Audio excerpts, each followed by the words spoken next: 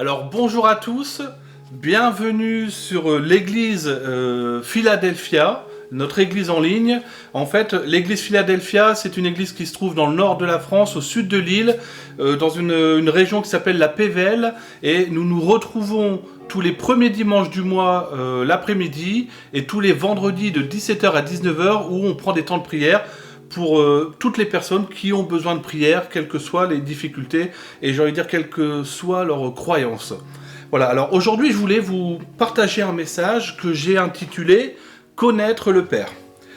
Alors il m'a semblé important de réfléchir à ça et de se reconnecter un petit peu avec la présence du Père qui parfois est oubliée chez les chrétiens. Je vais vous demander, s'il vous plaît, de fermer un petit peu les yeux, là où vous êtes, chez vous peut-être, et de suivre un petit peu mes instructions. Voilà, allez-y, merci. Alors, imaginez Dieu le Père, assis sur son trône. La Bible nous parle de ça, qu'il est assis sur son trône. Et elle nous dit aussi que la terre, c'est son marchepied.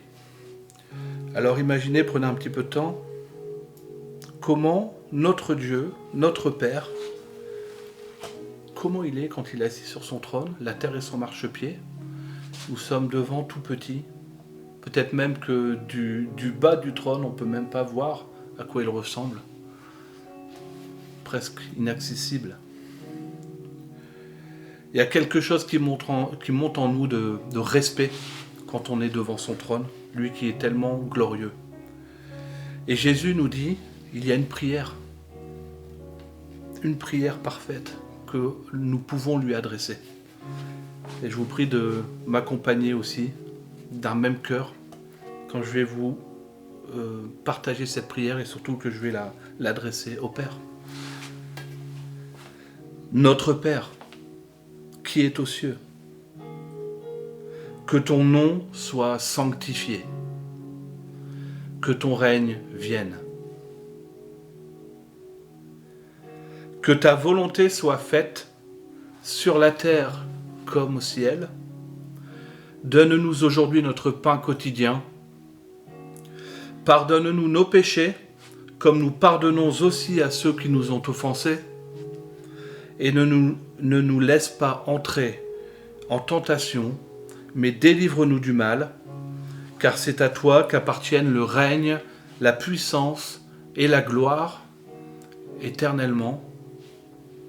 Amen. Alors,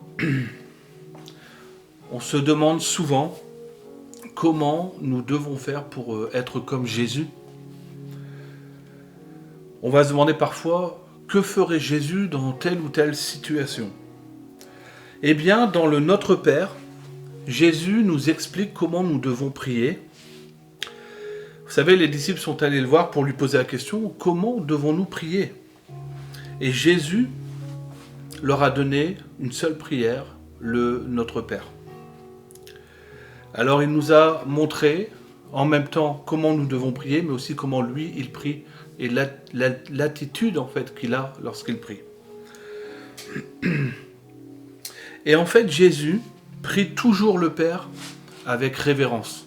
Vous pouvez regarder dans tous les passages dans les évangiles, toujours avec révérence. Cette prière du Notre Père, elle est très solennelle, n'est-ce pas ? Très sérieuse. La première phrase, c'est « Père, toi qui es dans les cieux ». Alors il nous déclare déjà que Dieu est Père. Il est son Père, mais il est aussi notre Père. Et il déclare aussi qu'il est dans les cieux et donc qu'il est au-dessus de tout. Et en fait, j'ai remarqué qu'il y a plusieurs passages dans les évangiles où quand Jésus prie, il lève les yeux au ciel et donc en accompagnant sa prière, il regarde en haut comme pour dire que Dieu est élevé au-dessus de lui et que lui, il lui est soumis. J'ai ce petit exemple dans Matthieu 14, 19, au moment de la multiplication des pains. Il est écrit que Jésus prit 5 pains et 2 poissons Et levant les yeux au ciel, il rendit grâce. Est-ce que ça vous est déjà arrivé de lever les yeux au ciel et de rendre grâce? C'est tout le corps qui est en adoration. Il y a une seconde phrase, la deuxième phrase, c'est que ton nom soit sanctifié. Alors je pense qu'on est beaucoup à prier, ce Notre Père, mais que cette phrase-là, elle n'est peut-être pas si simple à comprendre. Alors quand on parle du nom de Dieu, et dans la Bible c'est souvent comme ça, quand on parle du nom, on parle de qui il est, de ce qui le définit. Et en tout cas, ce qui le définit mérite d'être sanctifié, d'être mis à part, d'être honoré. La traduction du Semeur nous dit que tous reconnaissent que tu es le Dieu saint. Et donc une des définitions de Dieu, c'est qu'il est saint. Ce qui le caractérise, notamment, mais c'est très important, c'est sa sainteté. Alors je ne vais pas faire toute la prière du Notre Père, ce n'est pas le sujet. Mais on voit avec cette prière que tout commence par Dieu. Et qu'avant toute chose, nous devons l'honorer et apprendre à le connaître. Et le reste vient après. En réalité, le titre de mon message, qui est « Connaître le Père », j'aurais pu l'appeler autrement. J'aurais pu l'appeler « La révérence au Père ». Je veux vous parler de la révérence aujourd'hui. La révérence envers notre Dieu, envers notre Père, tout comme Jésus le faisait. Alors j'ai fait une petite recherche, une recherche ChatGPT, voilà, ça marche bien. Et donc je lui ai demandé la définition de la révérence, sans contexte, sans rien. Il m'a dit « La révérence est un sentiment profond de respect, d'admiration et de vénération envers quelqu'un ou quelque chose, souvent accompagné d'humilité et de déférence. C'est une attitude d'honneur et de considération marquée par la reconnaissance de la grandeur, de la dignité ou du caractère sacré de la personne ou de l'objet auquel elle est adressée.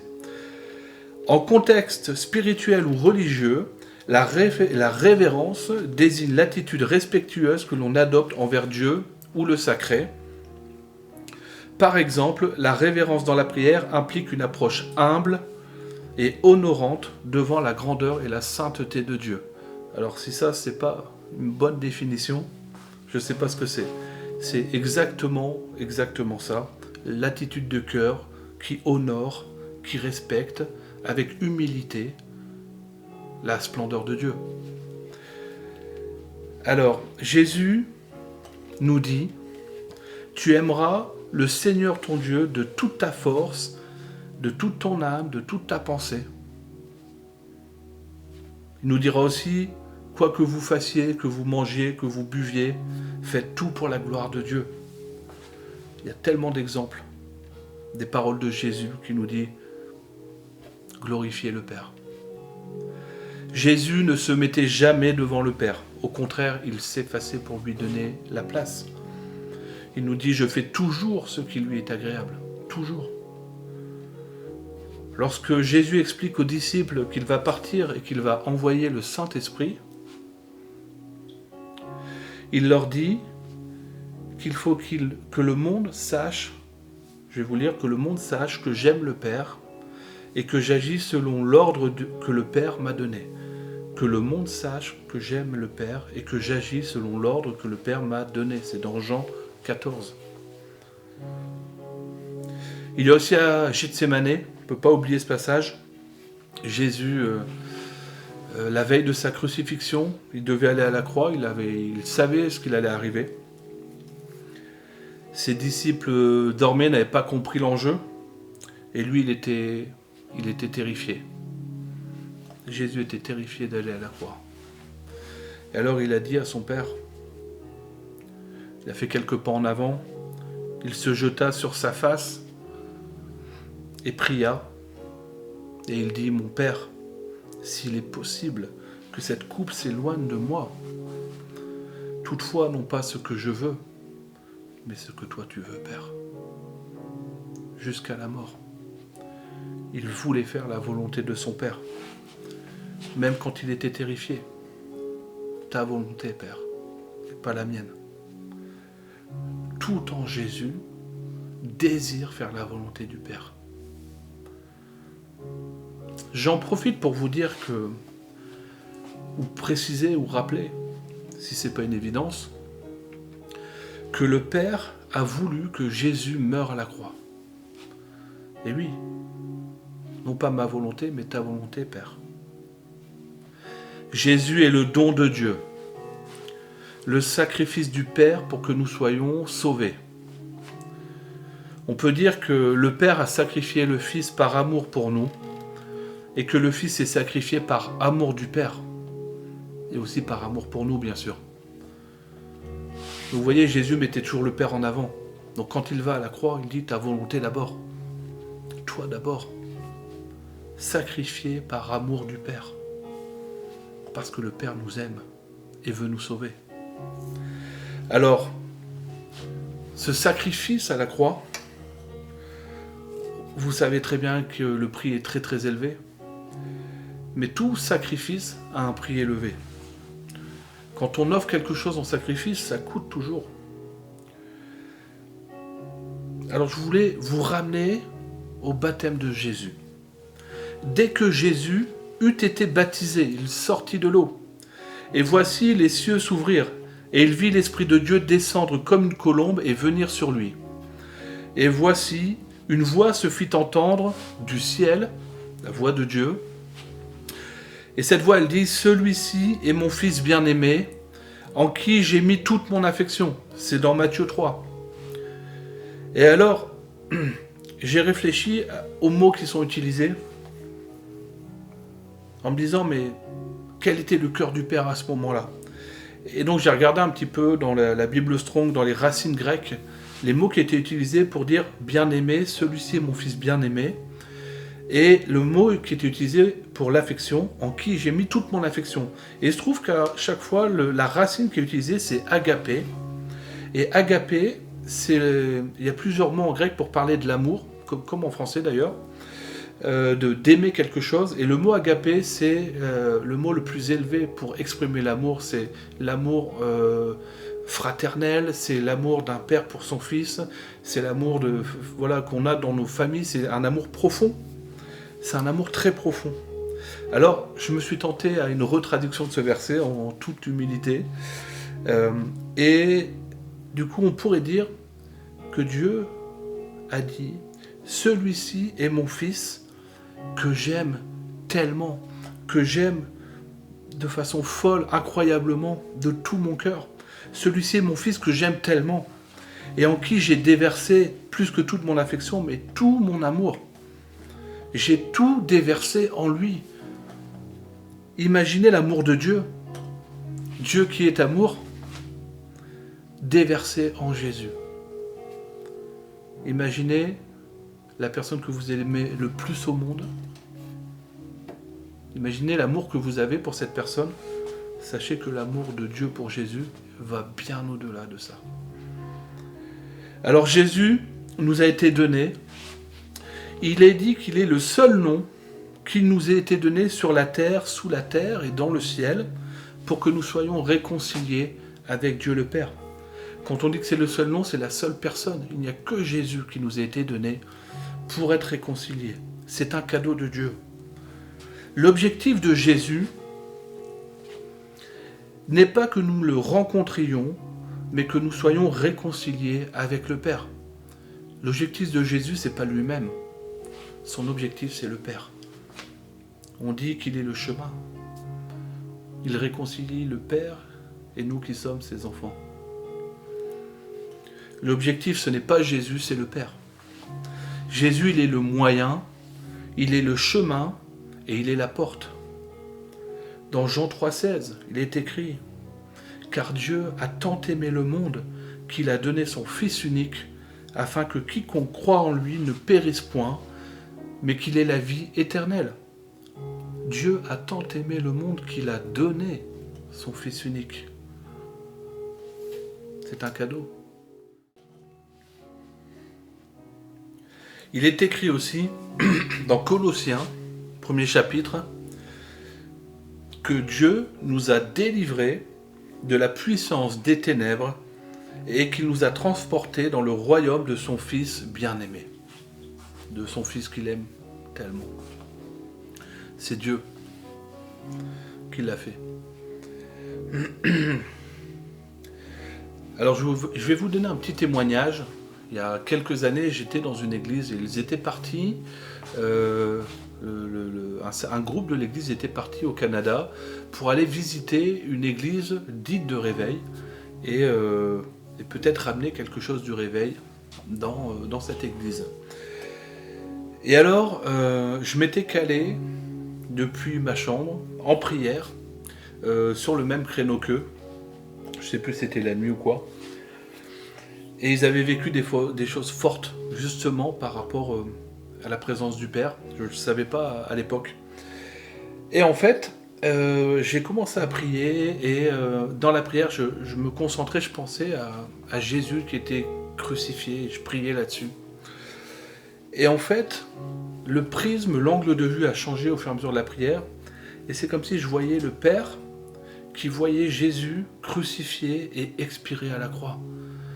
Et là, c'était un moment terrible où je ressentais le cœur du Père déchiré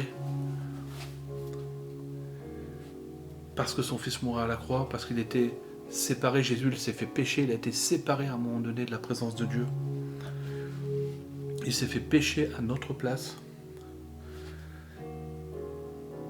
Et le cœur du Père était tellement affecté. Alors vous savez, j'ai pleuré. Et je ne l'oublierai jamais. Jamais je n'oublierai le sacrifice du Père. Pour moi. Vous savez, l'amour de Dieu, c'est un amour qui va jusqu'au bout de ce qu'il est possible d'aimer, jusqu'à la mort. Jésus dit qu'il n'y a pas de plus grand amour que de donner sa vie pour ses amis, pour ceux qu'on aime. Dieu va jusqu'à donner ce qu'il a de plus précieux. Il a donné son Fils. Dieu le Père, lui aussi a payé un prix élevé pour toi. Jésus, bien évidemment. Mais Dieu le Père a payé très très cher. C'est pour toi qu'il l'a fait. À toi aussi. Il te dit, tout comme à Jésus, lors de son baptême, « Tu es mon Fils que j'aime tellement et en qui j'ai déversé tout mon amour. Tu es ma fille que j'aime tellement et en qui j'ai déversé tout mon amour. » Pourtant, tu n'es rien, tu es poussière et tu retourneras poussière, nous dit la Bible. Si tu disparais maintenant, l'univers va continuer de tourner comme si jamais tu n'avais été là. Ça ne changera rien. Mais là, Dieu, il dit, oh non, non. Il est précieux pour moi. Je le veux avec moi. Elle est précieuse pour moi. Je la veux avec moi. Elle a de la valeur. Je donne tout pour elle. Tu n'es pas rien. Tu es tout pour le cœur de Dieu. Tu es tout. Tu es mon Fils que j'aime tellement, en qui j'ai déversé tout mon amour. Tu es ma fille que j'aime tellement, en qui j'ai déversé tout mon amour. Imaginez cet amour déversé sur vous. Imaginez. C'est une réalité. Vous savez, tout cet amour déversé, pour ceux qui ne l'auraient pas encore compris, c'est le Saint-Esprit. Ça ressemble drôlement quand même. À la croix, le voile a été déchiré. Nous avons désormais un accès direct au Père. Tes péchés sont pardonnés. Tu as été réconcilié avec Dieu. Il est dit, dans la Bible, il est dit que tu étais maudit à cause de tes fautes. Et quelles qu'elles soient, petites ou grandes, tu étais maudit, séparé de la présence de Dieu, mais que maintenant tu es réconcilié avec le Père, adopté, fils et fille de Dieu. Alors ne te prive pas du Père, ne te prive pas de sa présence. Le péché est vaincu, Et nous sommes dignes, à travers le sang de Jésus, de rentrer dans la présence du Père. Et cela, c'est pour quiconque renonce à ses mauvaises voies. Vous savez, c'est un cadeau. Après ce cadeau, il faut le saisir. Renonce à tes mauvaises voies. Change d'attitude. Suis ce que Jésus te dit de faire. Crois qu'il est mort pour toi à la croix. Et qu'il est ressuscité, vainqueur. Pour tous ceux qui mettent leur foi en Jésus-Christ, alors il y a cette réconciliation. Ne te prive pas du Père et ne te prive pas de Jésus. Si tu renonces à tes mauvaises voies et que tu embrasses le sacrifice de Jésus-Christ, tu le prends pour toi-même, alors il n'y a plus de honte. Vous savez, le péché, tôt ou tard, va mettre de la honte dans ta vie. Tôt ou tard, c'est systématique. Tôt ou tard, vous aurez des regrets. Vous avez des choses que vous cachez et que si elles étaient révélées, vous mettrez dans une honte plus grande encore. On est tous faits d'une même chair. Un jour, tout sera mis à la lumière. Ce moment, il arrivera certainement. Ça s'appelle le jugement. Mais votre honte a été portée par Jésus à la croix. Vous avez été lavé, gracié, pardonné. Il efface ta honte si tu marches avec lui. Si tu marches avec lui, tu n'auras plus jamais honte. Souvenez-vous, Adam et Ève, après avoir péché dans le jardin d'Éden, quand Dieu est arrivé dans le jardin d'Éden, ils ont eu honte. Ils se sont vus nus, ils n'avaient jamais réalisé. Ils se sont vus nus, ils se sont vus salis. Alors ils se sont cachés. Ils se sont cachés de la lumière de Dieu, dans l'ombre des ténèbres. Mais toi, reste à la lumière, parce que tu as Jésus. Ne te prive pas du Père. Il y a une dette accumulée envers Dieu à cause de tes péchés. Et cette dette, elle a été payée. Tout ça, c'est la Bible qui le dit. Cette dette, elle a été payée. Tu avais un vêtement souillé, mais maintenant tu as été lavé, tu as été blanchi, tu as été racheté à grand prix, comme un esclave qui a été racheté pour être libéré. Tu as été arraché des ténèbres pour aller dans son admirable lumière. Alors ne te cache pas de lui, ne te cache plus même derrière Jésus, je suis désolé de vous dire ça, ne te cache plus derrière Jésus parce que Jésus te pousse dans les bras du Père. Toujours il rend la gloire au Père, toujours il t'amène au Père. Il est le chemin, il est la porte. Oui Jésus, mais n'oublie pas le Père. Il est l'objectif de Jésus, le Père est l'objectif. Vous savez, devant Dieu, les anges, ou plutôt les chérubins, des créatures célestes puissantes, se cachent les yeux avec leurs ailes devant la présence de Dieu et ils crient qu'il est saint. Tellement il est saint, ils ne savent pas le regarder. Et en fait, c'est uniquement parce que tu es devenu saint en Jésus-Christ que tu peux faire face à sa sainteté. Jésus, il t'a lavé. Les prophètes de l'Ancien Testament tombaient face contre terre dans sa présence. Alors que nous, on a appelé enfant de Dieu, on peut lui dire même Abba, papa. Imaginez toutes les créatures du ciel devant le trône de Dieu, qu'il déclare qu'il est merveilleux, qu'il est glorieux, qu'il est saint, digne d'être loué, digne d'être adoré.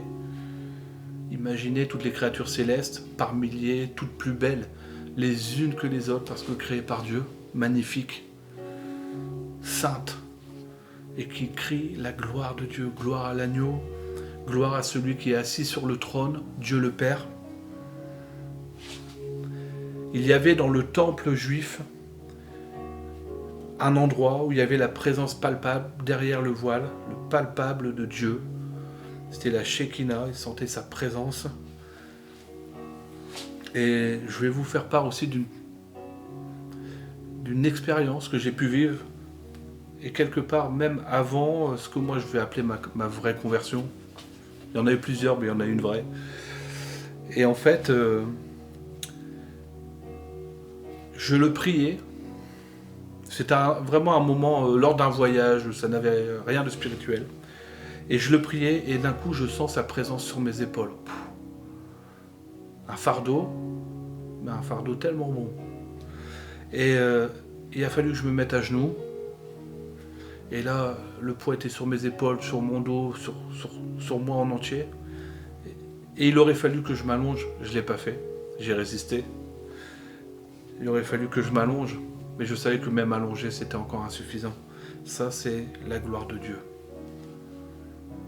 Ça m'a rappelé la vision peut-être de Jean dans l'Apocalypse. Quand il voit Dieu, quand il voit Jésus, il dit « Je tombais à ses pieds comme mort ». Il posa sa main droite en disant « Ne crains pas, je suis le premier et le dernier ». Et en fait, Dieu nous demande de nous relever dans sa présence. Naturellement, sa gloire nous amène à plier le genou. Il dit « Viens, lève-toi. Tu es saint. » Alors vous voyez, c'est une affaire sérieuse. Il est Dieu quand même. Il a été bon pour toi. Tu n'as rien mérité, bien au contraire. Tu lui dois tout. Tu lui dois ta vie entière. Tu lui dois ton éternité. Suivre Dieu et ses commandements, ce n'est pas un fardeau. Ou alors c'est un fardeau doux et léger. Suivre la volonté du Père est en réalité un privilège. C'est un privilège que nous avons. Nous étions séparés du Père, maudits à cause de nos péchés. Et maintenant, nous avons la possibilité de le suivre, parce que Christ a porté nos péchés, il nous a libérés de l'emprise même du péché. Alors le suivre, c'est un privilège. Je n'ai pas dit que c'était facile, j'ai dit que c'était un privilège. C'est le privilège des captifs libérés. C'est le privilège pour ceux pour qui le péché n'a plus de puissance, pour ceux qui sont nés de nouveau. Tu deviens une nouvelle créature destinée à accomplir la volonté parfaite de celui qui nous a aimés le premier. C'est le sens de ta vie. C'est un privilège. Nous sommes fils et filles du roi de gloire, alors nous devons nous comporter comme tels. La Bible nous donne une direction, elle est comme un manuel. La vie de Jésus, les évangiles sont un exemple à suivre, un modèle parfait qui résume tout. Tout ce que Jésus faisait plaisait au Père. Alors révère le Père comme Jésus révère le Père. Aime le Père comme Jésus aime le Père. Jésus déclare « Celui qui m'aime, c'est celui qui fait la volonté de mon Père. J'aime celui qui m'aime. » Alors si tu désobéis, aimes-tu réellement Dieu? Si tu n'aimes pas Dieu, alors peut-il continuer à t'aimer encore? L'idée, c'est pas de mettre de l'accusation sur vous. C'est que vous puissiez assimiler que l'obéissance est un privilège. S'il vous plaît. Alors, quand est-ce la dernière fois que Dieu t'a bouleversé? Est-ce que tu as vécu cette rencontre avec le Père? Une rencontre où peut-être tu te trouves les genoux à terre dans sa présence. Un moment où tu as l'impression de n'être plus rien et il n'y a plus que Dieu. Il n'y a plus que sa présence partout autour de toi et tu ressens son amour, mais aussi sa splendeur, sa sainteté. Ce que je suis en train de vous décrire, c'est du vécu également, mais c'est ton héritage. C'est pour toi aussi. Alors sois touché maintenant.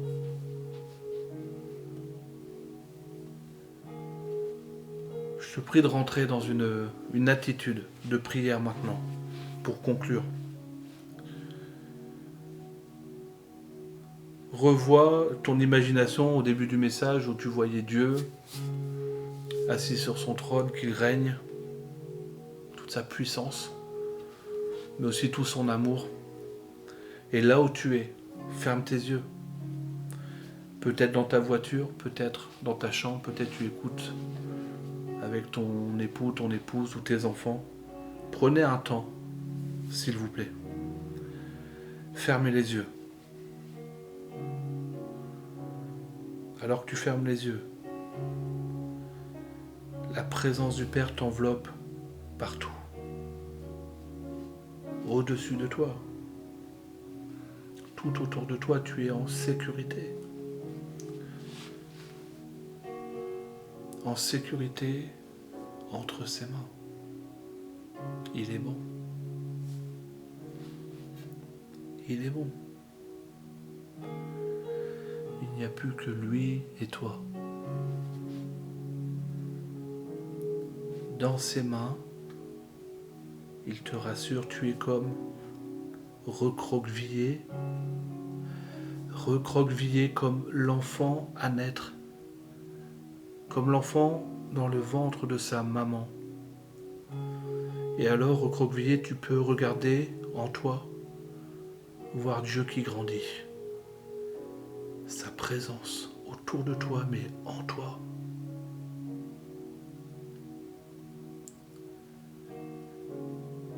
Et tu vois que tu as diminué pour lui laisser toute la place. Tu l'as laissé rentrer. Il est tellement bon. Tu réalises sa majesté. Tu réalises qu'il est tout, que tu n'es rien. Tu fais le constat de ta vulnérabilité, que peut-être tu es même misérable devant lui. Pourtant, il t'aime. Tu vois son amour tellement fort sur toi. C'est une promesse. L'amour de Dieu dans ta vie. Il dit, si tu le cherches, tu le trouves. Si tu le cherches de tout ton cœur, tu le trouves. Alors laisse-toi trouver par le Seigneur. Laisse-toi trouver. Il y a un voile qui se lève maintenant. Pour que tu vois, pour que tu comprennes. Qu'aussi loin que tu te souviennes, enfant même, tu as toujours été pécheur. Peut-être même tu as décidé de marcher avec Dieu, mais tu as gardé des combats contre le péché. Peut-être parce que tu n'avais pas compris qui il était. Il y a tellement de péchés, mes amis. Tellement de péchés. On n'est même pas capable de s'en souvenir. On n'est même pas capable de les compter. Alors, continue à rentrer humblement dans sa présence et réalise ton état. D'où nous venons, réalise. Un état souillé, indigne, entaché de saleté, je suis désolé. Et pourtant, alors que la présence de Dieu t'englobe, Dieu ne t'accuse pas.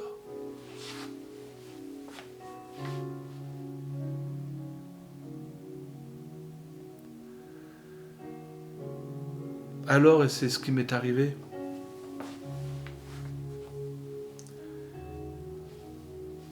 tu vois ton état, tu vois que Dieu ne t'accuse pas, et c'est pas normal. C'est pas normal. Chacun de tes péchés était une offense à sa sainteté, à qui il est. Comment peut-il ne pas t'accuser? La profondeur de son amour est dingue. Alors vous savez quoi? Ce qui m'est arrivé, mais peut-être qu'il vous arrive maintenant. Alors tu deviens ton propre juge. Alors tu vois toute la noirceur en toi, percuté devant la gloire de Dieu, son amour. Tu deviens ton propre juge. Et vous savez ce qui se passe à ce moment-là? Il y a la repentance qui vient. Devant le poids de la gloire de Dieu, devant sa splendeur et sa majesté, Et devant son amour, tu es percuté par l'expression puissante de son amour pour toi et de son pardon. Et alors tu te repens. Et Dieu est trop délicat pour te rappeler le prix qu'il a payé en donnant son propre fils. Il est trop délicat pour ça. Il te donne juste son amour. Il cherchait juste un cœur repentant. Il cherchait un cœur disposé. Et en réalité, vous savez ce qui s'est passé? C'est le Saint-Esprit qui est venu pour te convaincre de péché, de justice et de jugement. Il t'a convaincu que tu étais pécheur. Que le plus gros problème dans ta vie, ce n'est pas ton travail. Ce n'est pas les personnes qui t'ont blessé, qui t'ont fait du mal. Ce n'est pas tes projets, ta maison. Ce n'est pas tes finances. Ce n'est pas ta santé. C'est pas ça ton plus gros problème. Même si on sait qu'il peut y avoir des grandes difficultés dans ces sujets-là. Mais la base de tous tes problèmes, c'est ton péché. Tu comprends de toi-même que la justice voudrait que tu sois jugé et que le pardon est une telle grâce imméritée. C'est alors que tu te repens de tout ton cœur, parce que tu as rencontré Dieu, parce que tu as rencontré le cœur de Dieu et parce que tu vois ces merveilles, les merveilles qui font que Jésus est allé à la croix pour toi, pour que tu sois sauvé. Il a retiré ta honte. Il t'a affranchi pour la destinée glorieuse des fils et des fils de Dieu. Vous savez, Jésus a dit, celui qui m'a vu a vu le Père. Mais l'inverse est vrai, du coup. Parce que Dieu, il est comme Jésus. Il est bon. Je vais clôturer par un psaume, une partie de psaume, le psaume 103. À partir du verset 10, qui nous dit « Autant les cieux sont élevés au-dessus de la terre, autant sa bonté est grande pour ceux qui le craignent. Autant l'Orient est éloigné de l'Occident, autant il éloigne de nous nos transgressions. Comme un père a compassion de ses enfants, l'Éternel a compassion de ceux qui le craignent, de ceux qui le révèrent, de ceux qui l'aiment. » Vous voyez, la crainte de Dieu, c'est pas d'être terrifié par Dieu, c'est de le respecter, comme un enfant va respecter son père. L'obéissance a tout à voir avec l'amour de Dieu. En fait, c'est pas des sujets qui sont séparés. L'obéissance et l'amour, c'est pas séparé. Dieu est un, il est unique. C'est la même chose. Arrêtez de séparer tout. Dieu est Dieu. Merci de m'avoir écouté. Merci beaucoup. N'hésitez pas à liker la vidéo si vous avez aimé, à la partager. Si vous pensez que ça puisse bénir quelqu'un, partagez-le. N'hésitez pas, si vous habitez dans la région nord, près du PVL, venez nous voir, on sera ravis. Voilà, soyez bénis en abondance. À bientôt.